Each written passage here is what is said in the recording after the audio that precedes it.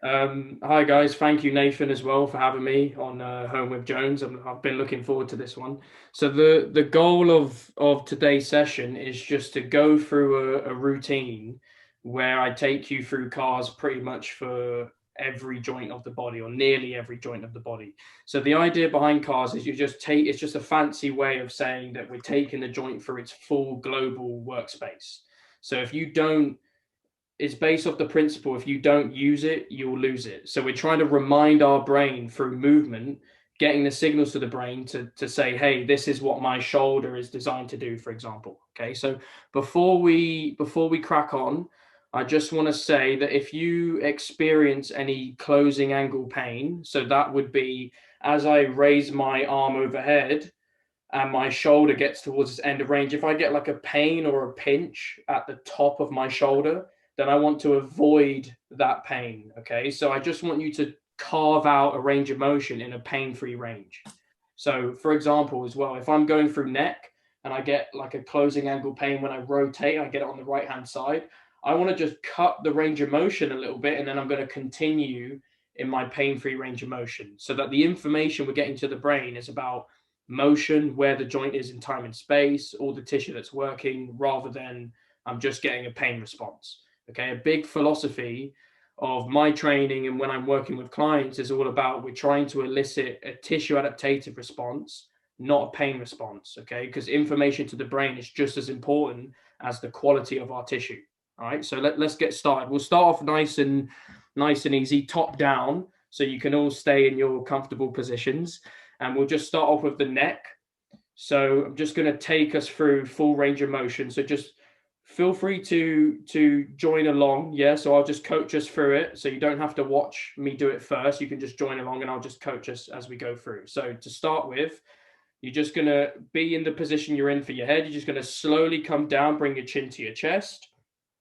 So we're flexing the neck. With our chin to our chest, you're going to keep your chin pinned. You're going to drag across your right collarbone. So start peeling your chin across your right collarbone as if you're trying to look over your right shoulder. When we get to that end point, you're going to drop your ear, your right ear behind your right shoulder. So now you're combining rotation with the side bend. Bring that chin up towards the ceiling. So we're extending the neck. You're going to rotate across to that left-hand side, looking over your left shoulder, dropping your left ear behind the left shoulder, and then bring that chin to the top of the collarbone. From here, peel back down, across the collarbone, back towards the chest, chin to chest, slowly peel your way back up. So that was one full range of motion of a neck car. Okay, so we're going to do another one going the other way. So chin slowly coming down to our chest. Imagine that you're trying to move one vertebra at a time in your neck, chin to chest, peel across your left collarbone. As you're coming across, you want to look over your left shoulder. Then you're going to drop your left ear behind your left shoulder and then bring your chin up towards the ceiling. Start to rotate across to the right hand side. So we're combining the ranges of motion. Drop your right ear behind the right shoulder and then bring that chin to the top of your collarbone.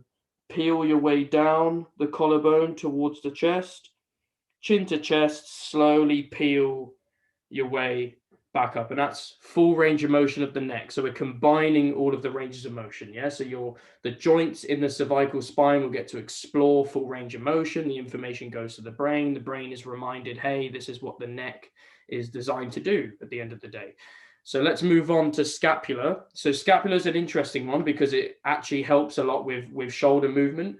But we're just going to take it through its basic ranges in terms of how the scapula moves along the rib cage. So I'm just going to go side on for this one so you can see, but don't worry, you don't have to go side on. So from here, I'm just going to stand so you can see real quick. My hand positioning is I've got my middle finger. If you see my pocket, I've got a seam on the side of my pant leg here. My middle finger is going to be stuck to this seam. So I'm not going to, as I go through my scapula, notice how I'm moving my shoulder, my hand doesn't move at all. Okay, so that's the baseline position that we want to keep our hand in order to make sure that we can focus on just the scapula. So from here, guys, we're going to go through the ranges of motion. So I'm just going to roll my shoulders forward. My middle finger stays on the seam. I'm going to hike up my shoulders. So I'm going to hide my neck while it's still forward. Then I'm going to pull my shoulder blades back, trying to keep my neck hidden. Pull my shoulders down into my back pocket, so I'm keeping them back together. Roll forward into my front pockets.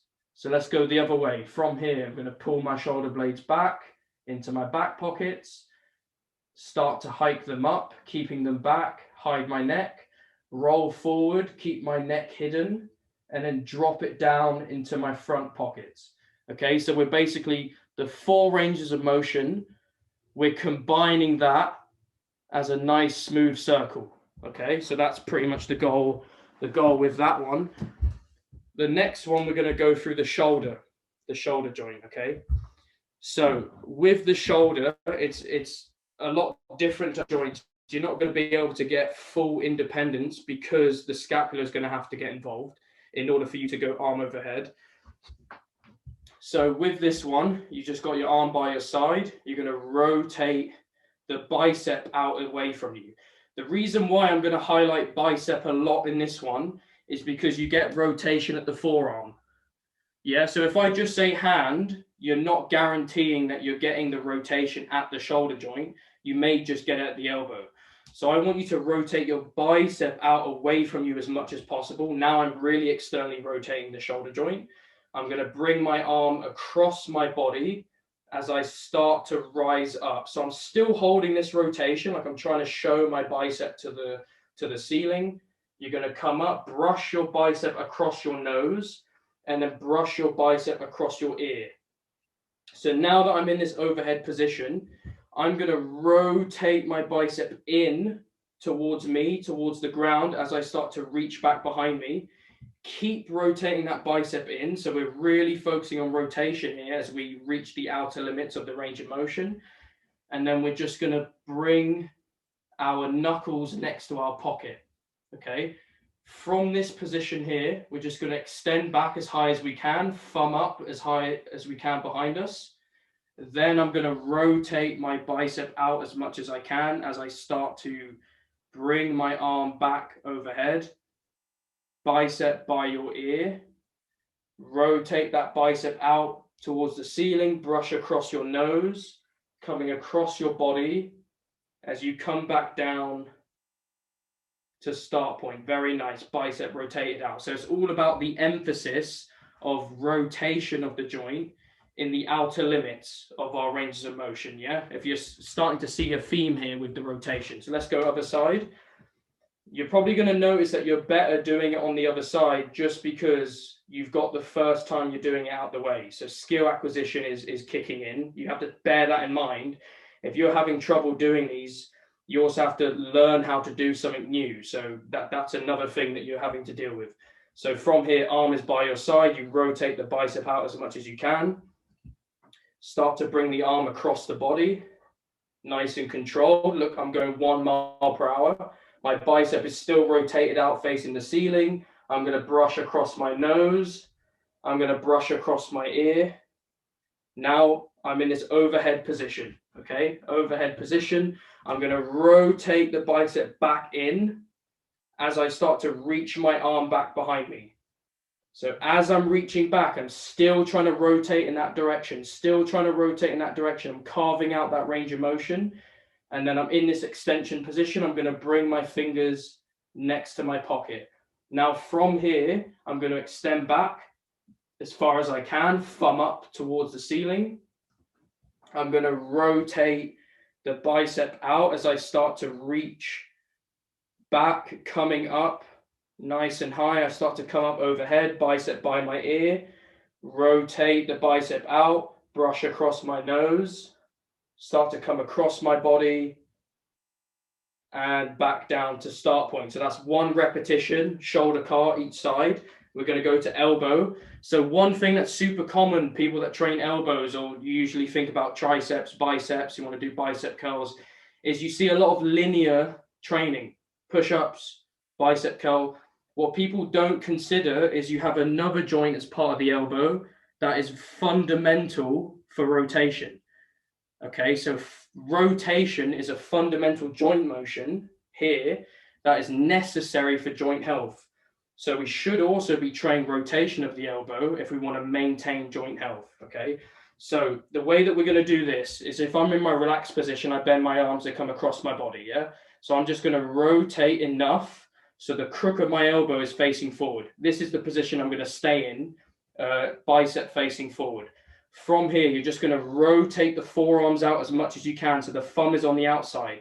I want you to maintain this rotation as you bend the elbow. So almost accentuate the rotation. You're still trying to rotate. You're still trying to rotate. Fingers are by your shoulders. From here, rotate in as much as you can. Keep trying to rotate in as you start to extend the elbow coming down. Nice. One more rep in this direction. Rotate out. Keep rotating out as you bend. Fingers coming up to your shoulders. Good. Rotate in. Extend coming down. Fingers coming towards your thighs. From here, we're going to go the other direction. So I'm going to hold this rotation in. I'm going to bend, bringing my knuckles to my shoulders. Then I'm going to rotate out. Fingers are now facing my shoulders, and I'm going to extend coming down. Very nice. Cool. Let's move on to wrist. Now, wrist can be a bit of a tricky one, and you may be surprised with how this one feels. But for anyone who, has a wrist, this is ideal, right? But at the end of the day, if you're typing a lot, spending a lot of time at a desk, wrist can be a really nice one to give some joint loving to. So this can be quite a useful tool that you can use. Now, from here, I'm holding my forearm. The reason why I'm doing that is, if you remember on the previous one, rotation happens at the elbow.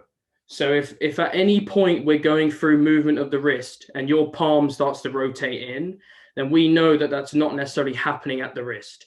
So another fundamental thing of doing CARs is you're trying to train joint independence. You're trying to teach your brain, hey, this is what my wrist is designed to do, right? Rather than wrist and elbow and shoulder, etc. So from here, guys, I'm just going to stand and show you in this position because it's a bit easier. You're just going to start off with your wrist flat. Hold your forearm so it makes it hard for you to rotate. You're just going to bend the wrist on the pinky side as much as you can. From here, hold the bend on the pinky side and extend the wrist coming down. Bend on the thumb side in this extended position. And then from here, start to bend that wrist coming up, holding that thumb side. Top position, bend at the pinky side, extend the wrist coming down. Notice how my forearm is still facing up.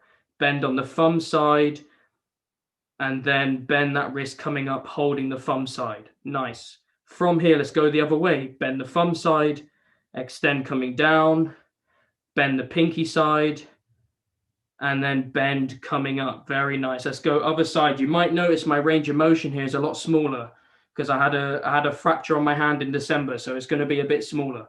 So from here, wrist is straight. I hold my forearm, makes it hard to rotate. I'm going to bend on the pinky side.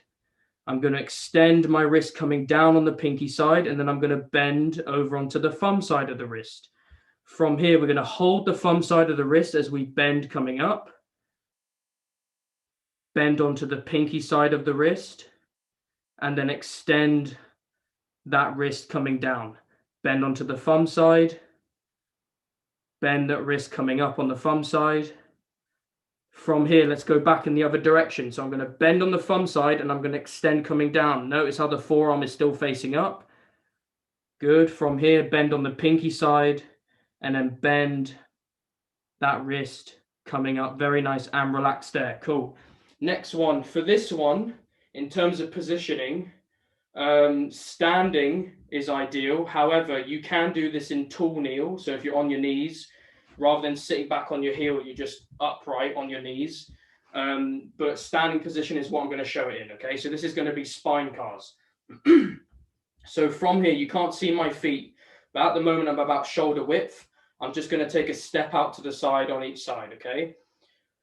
The principle of this one is everything pelvis and below is buried in cement. So if we're really going to isolate the spine, especially the kind of thoracic spine, then we need to not be moving at the pelvis. So as I start to fold coming down, notice how my pelvis didn't move. If I move my pelvis back, I'm basically hinging at my hips, and now it looks like I can get a lot lower. When the whole point is not about how low I can get, it's how well I can independently move my spine relative to the pelvis. And in my practice, this is something that I see to be quite common with people, is being able to dissociate pelvis and the rest of your spine. That can be quite a useful thing to train and learn to do. So from here, guys, I'm in that wide stance. I'm going to squeeze my glutes, just makes me a bit more aware of my pelvis and below buried in cement. I'm going to tuck my chin in. So not chin to chest. I'm just giving myself like a double chin. I'm going to give myself a nice big hug. And then from here, I'm just going to very slowly start to peel my way down, as if I'm trying to move from the top down, one vertebra at a time. Slowly working my way down. In this bottom position, so now we're in flexion, I'm going to rotate over to the right-hand side. Pelvis still stays facing forward. I'm trying to look over my right foot. From here, I'm going to stay rotated, and I'm just going to bring my shoulder into my pocket. I'm going to side bend.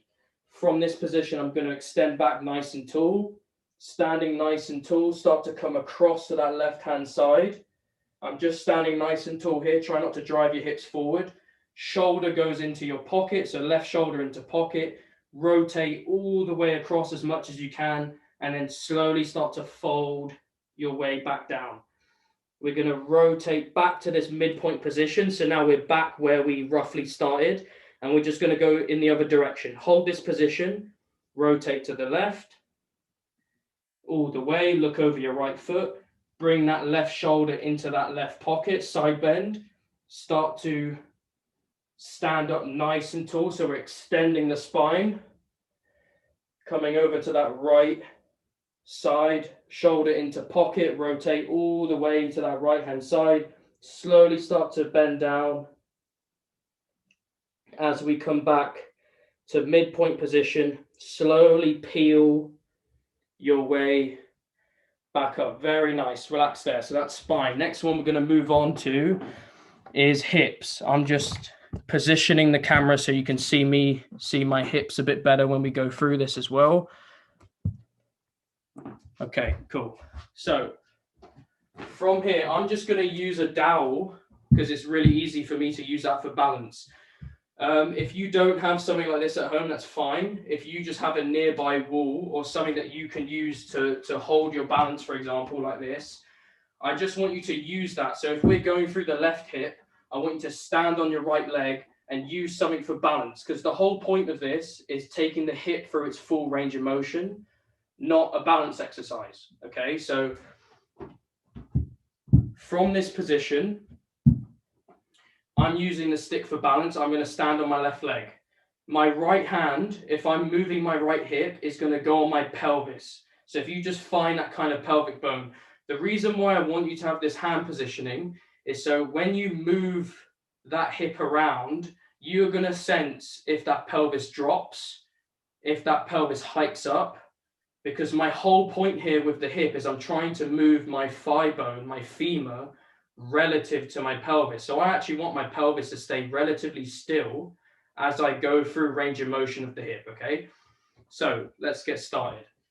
Using that wall for balance, standing on one leg. With that moving leg, I'm just wanting to straight your leg out in front of you, so not all the way up, just a little bit out in front of you. And you're just going to make sure that pelvis is still. Bring that leg across the standing leg. Try to find your adductor, your groin. You want to feel that kind of tense up. From here, you're going to rotate the quad out away from you. So now my quad is facing outwards. You're going to bend the knee and bring that hip, that knee, that ankle up as high as you can. From this position, you're going to rotate in, crunch your knee into your chest, open up the hip as much as you can. Make sure your pelvis is still facing forward. So you don't want to rotate on the spot. You want to make sure it's still facing forward. From this position, just drop down a couple inches and then rotate that quad in. Bring that knee and ankle up as high as you can. Come back behind you. As you come back behind you, you're going to extend the hip.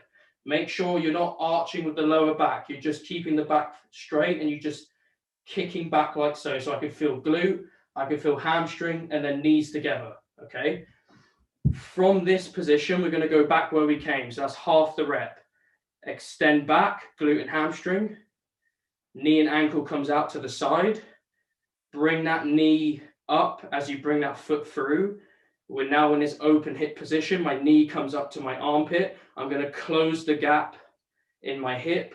I'm going to rotate that quad out as much as I can. And I'm going to extend across my standing leg as I come back down to start point. One full hip car. Let's go other side. This is almost like an introduction to your hips. Welcome to your hip. From here, standing on right leg or just opposite leg, whichever one you did. My left leg, my leg that I'm moving, straight leg out in front of me. That hand of the moving hip I'm going to have on my pelvis so I can get a sense of what's happening. Bring that leg across the standing leg. Rotate that quad out. Start to bend the knee as you bring the knee and inside ankle up as high as you can. Rotate that in. Knee comes up to chest. Open up the hip. My pelvis still faces forward, so I'm not rotating with it. It's just the hip moving. I'm going to drop my knee a couple inches just to help me with the next movement. Pelvis stays where it is. I'm going to rotate that quad in. Bring that knee and ankle back behind me. Extend the hip. Lumbar spine stays where it is. Kick back, glute, hamstring, knees together. Now we're going to go back where we came. Extend. Start to bring that knee and ankle out to the side. Knee starts to come up as that foot comes through. We're now in this open hip position. Knee to armpit. Close the gap in the hip. Rotate that quad out as much as you can. Make sure that pelvis stays where it is as you extend that leg across your standing leg, coming back down to start point. Very nice. Very nice. If you've never done these before, guys, don't expect it to be perfect the first time you're doing it, because you also have to take in consideration that skill acquisition is a factor. If I get someone comes in and they've never squatted before, if I want to see what their true squat looks like, I need to teach them how to squat, send them away for a couple of days, rep it out, come back, then I have an idea, because skill acquisition is still a massive factor. Okay, so we're going to go for knees. You can be seated for this one. And similar to the elbow, we're all taught how to bend the knee, extend the knee. Yeah, I want to squat, I want to lunge, I want to, etc., etc. One thing we don't take in consideration is how important rotation is for the knee. So my heel is on the floor here, and I'm just going to rotate the knee. I don't know if you can see with how good the camera is, but my shin bone is rotating out and rotating in. So this is what we're going to prioritize when we go through the knee car. So we're going to go through some straightening and bending, but it's this rotation that's really important. Okay, so it's an important part of the controlled articular rotation for the knee. So from here, I'm just going to be seated. You can use a backrest if you want, not a problem. I'm going to take my same side arm. I'm going to hook it underneath my hamstring. From here, I'm just going to use my other hand, help me. I'm just going to pull onto my sitting bone. So now I'm sitting back, my thigh is into my chest. From here, I'm just going to have my toes up because it helps me to focus more on the knee. I'm going to rotate that shin out, and I'm going to straighten my knee about 2/3 of the way. From here, I'm going to rotate the shin in, and I'm going to come back down. Rotate out, extend 2/3, rotate in, bend. Let's go the other way. Rotate in, extend, rotate out, bend. Last one, rotate the shin in, extend, rotate the shin out, and bend. Very nice. Let's go other side. Getting that knee rotation in, very important. I'm only getting my shins out so you can see it. It's got, just so you know what's happening. So remember, rotation is what we're trying to stress. If you're struggling to rotate your knees, right, that's quite a fundamental part of the knee joint. So this might be something that could be good for you to spend some time training. So from here, rotate out, straighten just 2/3 of the way, rotate in, bend, coming down, rotate out, straighten, rotate in, bend. Let's go the other way. Rotate in, straighten, rotate out, and bend. Nice. Last one. Rotate in, straighten, rotate out, and bend. Very nice. So we're getting more attributed to our knee joint. Our brain is being reminded, hey, this is what that tibiofemoral joint is designed to do. The next one that we're going to do from here is same positioning, but we're going to go ankle. So with the ankle, again, you may notice that your knee might rotate with this. Don't worry about that too much for now. If you're doing this by yourself in the future, your goal is to try and move a joint independently as much as possible. So then you're going to want to be quite stubborn with it and not allow the knee to move. So from here, I'm just going to roll. I'm going to point my toes up and I'm going to roll my foot in. Just 1 mile per hour. Start to point the foot down towards the ground. Start to take note of your toes getting involved a lot. Start to rotate out. Try to show the sole of your foot out. Start to bring the toes up as much as you can. Rolling in, down. Notice where you get a bit quick. Maybe that's where you're a bit weak in the ankle. Start to come up and up in this position. Good. Let's go out. Roll the foot out. Drive down. Try to relax the toes if you can. Roll the foot in. Start to come up. Notice when it starts to get a bit jittery. Are you lacking control? Roll out. Extend down. Roll in. And come up. Very nice. Relax there. Let's go other side. Holding. Same position. From here, toes are up. Roll that foot in. Straighten that coming down. Roll it to the outside. Start to come up. Toes up. Try to keep your toes relaxed if you can. Roll in. Straighten down. Roll out. Nice. Come up and out and then up. Nice. From here, let's go the other way. Roll out. Extend down. Point the foot down. Try to keep the toes relaxed. Roll in. And come up. Let's go last one. Rolling out. Coming down. Nice and controlled. 1 mile per hour. Rolling in. And then coming up. Very nice. Cool. Relax there. Before we finish off with some segmental cat-cow, you may be pleasantly surprised that toes also need to be shown some loving too. This is usually an area that gets neglected a lot, and you may be surprised with a lack of communication or how good your communication is. It depends. Let's find out. For me, when I first did these, it was terrible. So to start with, guys, you're going to keep your little toes down. You're going to bring your big toes up and down. Big toes up, little toes down. Nice. One more. Big toes up, little toes down. Nice. From here, big toes stay down, little toes come up. Try not to roll your foot inwards. Down. Notice how my left foot doesn't want to communicate as well as my right.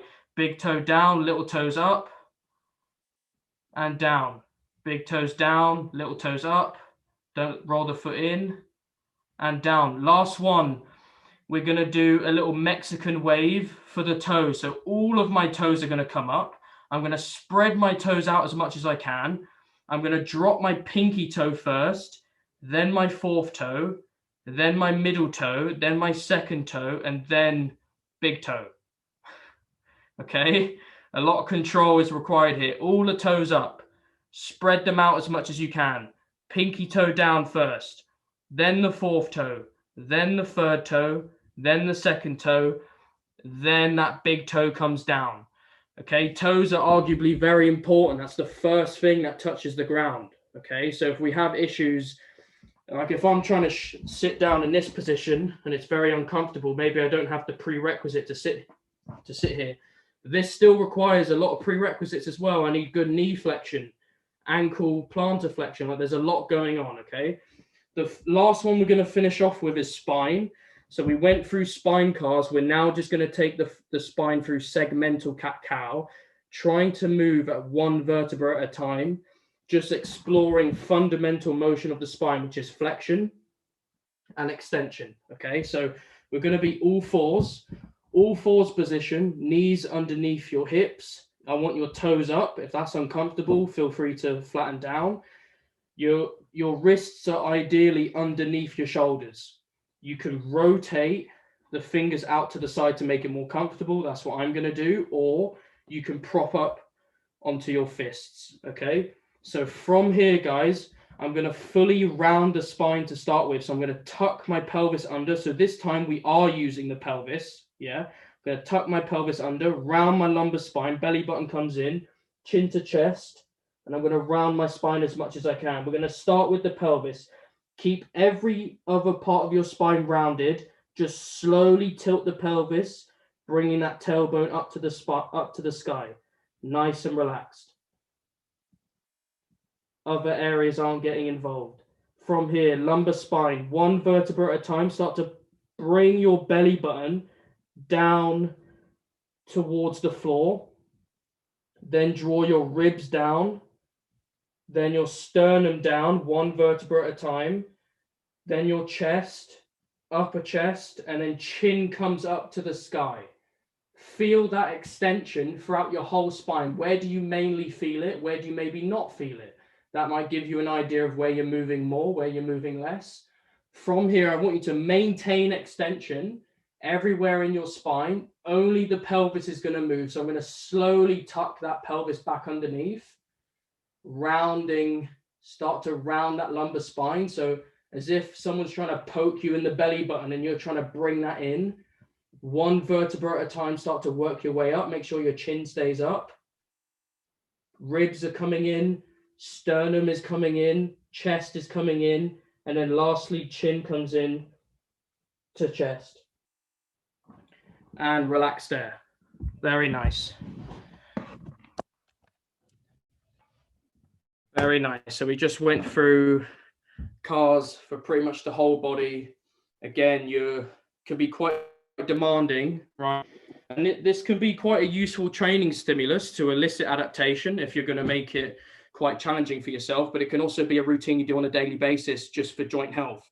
Remember, the only way to maintain health of a joint is to move it. If I'm going to remind my brain here, this is what my joint's designed to do, I have to move it in order to do so. Okay. I hope you guys enjoyed that. We went through quite a lot. Nathan, I'll pass it back over to you. Yeah, no problem. Lawrence, that was really good, really informative. And, I hope everyone got something from that, and that's one of the reasons why I wanted to record it, because it was like soundbite here, information there. There's lots to remember. So we will get that recording out. So if anybody wants to refresh themselves over it, it'd be a good opportunity to do that.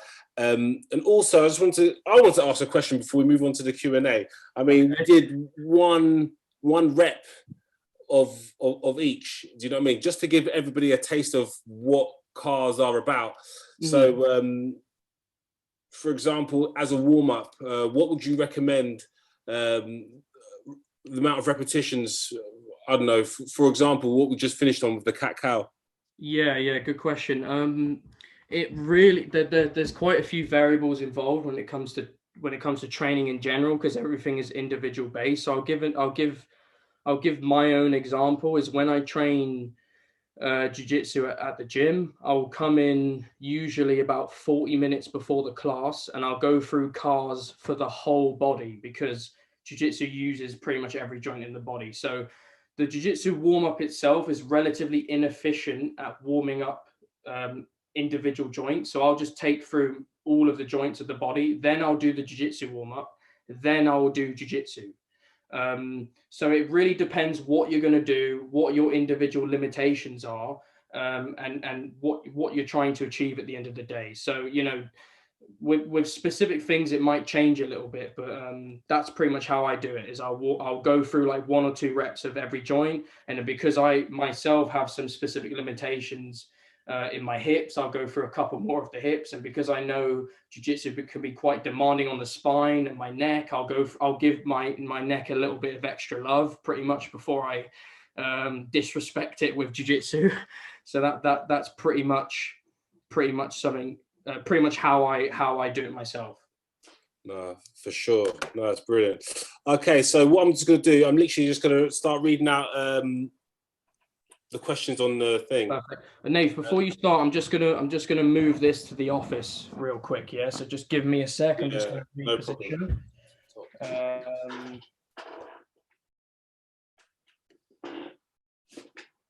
Good. Where did he go? He's got that. Hi guys.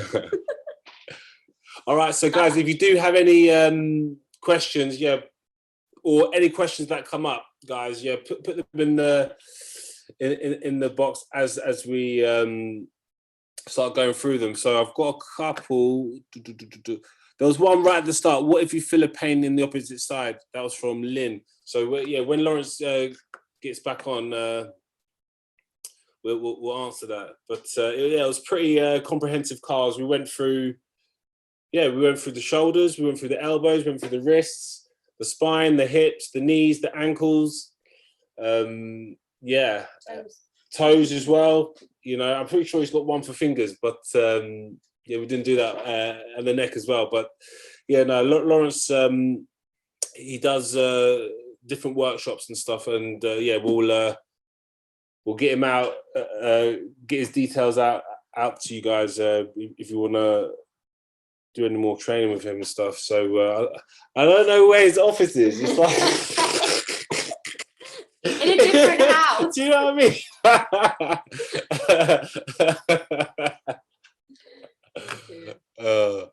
He's there. Oh, well, there you There we go. Thank I goodness can hear for you that. there. All right, wait 1 second. Just reposition. Sorry about that. Thank you for bearing with me. Thanks, guys. All right, so question from Lynn is, what if you feel a pain in the opposite side? Okay, I'm going to assume that's like as I close the angle here, it's actually on the opening side. Yeah. So let them Yeah, unmute yourselves, guys. Lynn, oh, sorry. Sorry. I did.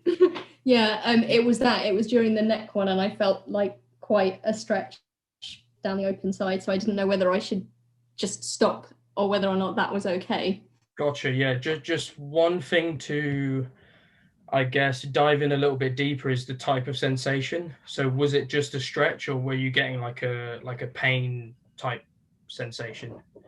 Starting to get a pain type sensation, I think. Okay, cool. So a stretch, for example, would be fine because we are exploring end range. So I'm kind of expecting to get that kind of feedback. If I'm getting a pain on the closing angle, then usually that could be indicative of a problem with the joint itself.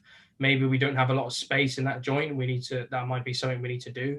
On the opening side, it may just be that you're not necessarily accustomed to taking that tissue into end of range.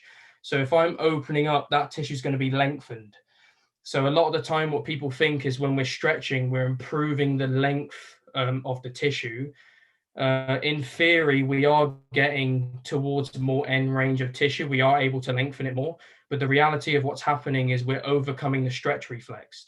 So if I've never, for example, if I've never trained my shoulder into end range internal rotation, and I'm taking my shoulder into that end range, and I just get like a pinch or a pain or whatever, it may just be I'm unaccustomed to training in that position. So I would recommend when you go through this, just take it a bit easier, just get used to the movement first, and then you can start to explore a bit more range of motion as your nervous system gets more accustomed to you repping this out essentially at the end of the day.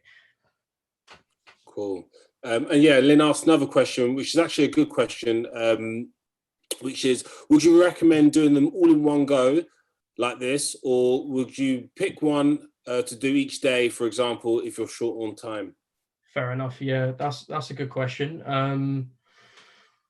I definitely like something big that I always say to my clients is if you're short on time, just drip feed it throughout the day. So something that my clients have been messaging me on in lockdown is when they're queuing up to get into Tesco, for example, they're going through a couple reps of hip cars, they're going through X, Y, and Z. The reality is the brain, a lot of things to do with training is a social construct. So the brain isn't even familiar with Monday, Tuesday, Wednesday, Friday, what time is it, all that shit. All it cares about is the information it gets, how it's going to organize itself, how it's going to survive, and what options you have. So my recommendation is, if for me personally, when I was trying to build a habit of doing this, and be disciplined with it, I would do it as a routine, and I would just blast through it every morning. And it would take me like 5 to 15 minutes. And to be honest, most days it was taking me 30, 40 minutes, because I was being very diligent with doing it slowly. What am I feeling when I do it? And going through at least 2-3 reps. But you can definitely go through it as a full routine in like 5 to 10 minutes, just blasting through it. And that's just going to take the joint through its full range of motion. The brain is being reminded what this joint is designed to do. But you can also just drip feed it throughout the day. If anything, the latter is what I recommend, because, you know, doing a little workout in the morning doesn't counteract sitting down for 8-10 hours. The body doesn't work like that. So I always recommend try to drip feed it throughout the day, especially if you are quite sedentary. This can be quite a useful tool for you to remind your brain what joints are designed to do. Hope that answers the question. Cool. Georgie, what was your question? If you feel a crunch when you're doing one of the motions, not pain, but just like a bit of a crunch, if you know what I mean, is that okay, or should you make the range of motion smaller? Yeah, good question. Very common as well. Crunching, clicking, the kind of joint noises are very normal. It's something we call joint crepitus. So it's basically like negative air pressure. Like, you know, when you get a fresh jar of jam, you open it, goes pop. It's very similar to that. What you might find is as you go through it, you get less and less noise. And that's just because you're moving the joint around. It's lubricating more. So therefore there's less of that negative air pressure in there. But sound alone, minus, like, with the absence of pain, is very normal and is fine for you to continue and go through that range of motion. That's absolutely fine. If you're getting a noise that is painful, then that's something that we want to investigate. Thank you. No worries. Wicked. Katrina, your question. She's on mute. Kind of along the line of someone else asked about a fuller body version. Is there something we find? I was thinking about my fingers. They need a lot of love. So I was wondering if you, I appreciate there's not time to do it now, but is there stuff out there for fingers as well? Oh yeah, absolutely. If anything, I feel like I've gotten far better at this myself the past few months, because in mid-December I fractured the metacarpal in my hand. So I don't know if you can see that, but I got a scar there. So I had to get internal fixation done with a plate and screws. So I would say that like hand therapy and finger stuff is almost my niche at the moment, because I'm doing a lot of that. But absolutely, there's finger stuff you can do. Like I've been doing a lot of this kind of work, spreading the fingers, having to do that, curling, trying to work at the top of the joint first, working my way down, slowly coming down into a fist, making a fist. Wrist will play a big role, because the tendons that come down into the hand, some of them will also work into the fingers and do finger movement. So just hand, wrist, and all that kind of stuff in general can help finger wise. Again, if you're having any specific issues, I would definitely recommend getting assessed, because at the end of the day, you want something. You may want something that's tailored for you as an individual, that can work well for you. But there's definitely finger stuff that you can do. Off the top of my head, those are kind of some typical ones where you're just taking the joints through its full range of motion. One that I've been playing around with as well, because I've got a bit of a deficit at the moment in terms of the ability for my fingers to extend. I don't know if you can see the difference there. But that's because I'm still rehabbing this injury. So one for me at the moment is I'm literally just go on a flat surface, or I even put my wrist in some extension, for example, but I'm literally just picking up the finger, moving it. I don't know if you can see, then I move it to the side, placing it down.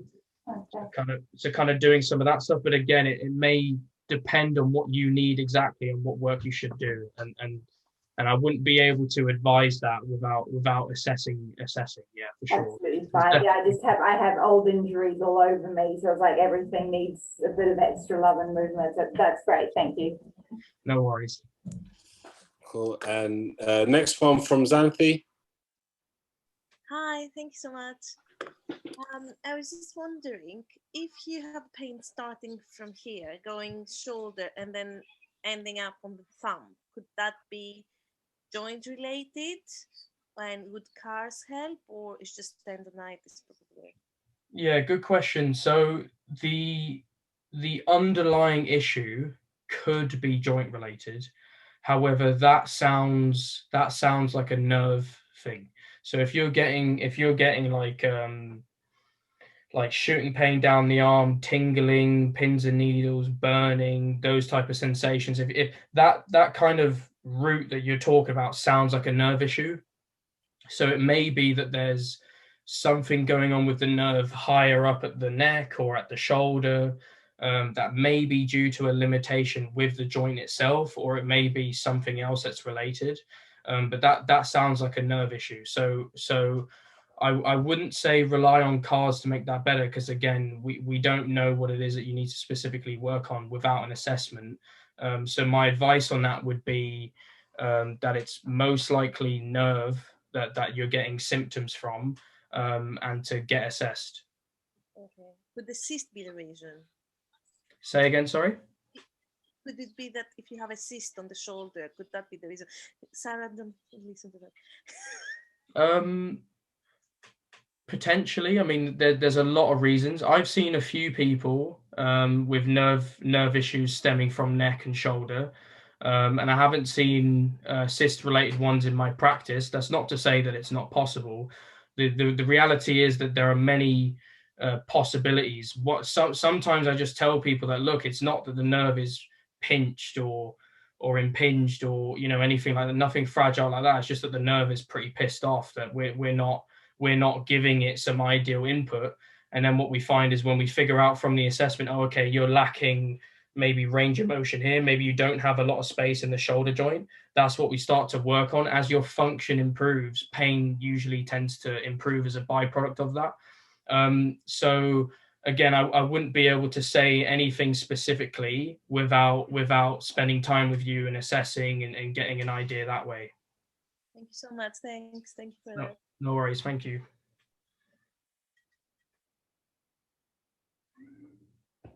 For time for one more, last one, Lynn, please. I think mine got answered with Georgie's question, the one about knee clicking. Okay, brilliant.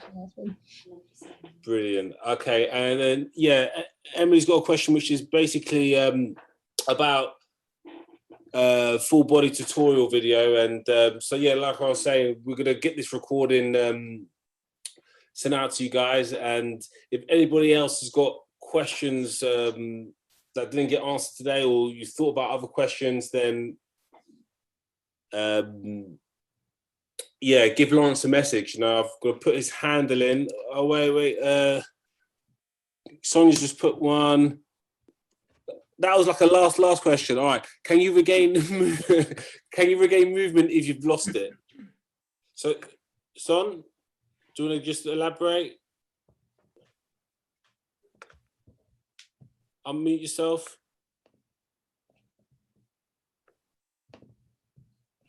Okay, no worries. Yeah, guys, if you've got any other follow-up questions, yeah, give Lawrence a shout. Do you know what I mean? On Instagram, sorry, Nate, I could probably answer that one real quick. just in terms of it's that can be quite a specific question, but at the end of the day, the way that I see it is the human body is highly adaptable, and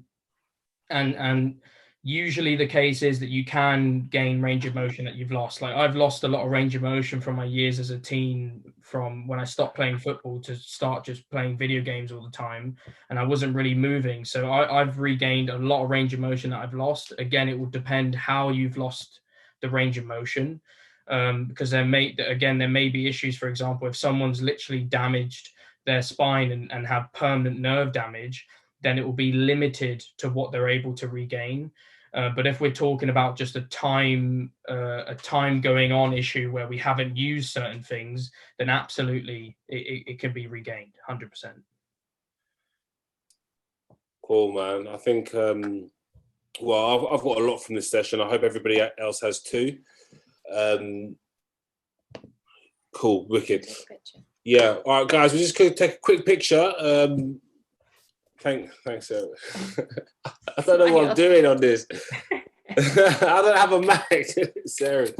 Right. There you go. Well, I wasn't ready. Oh. Sorry.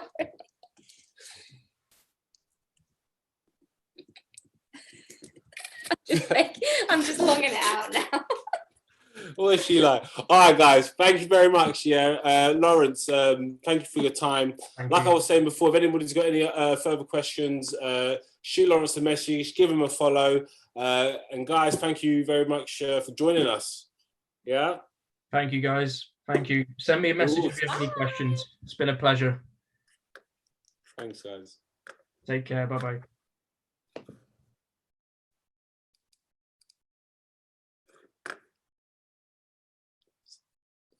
Yeah, stop recording.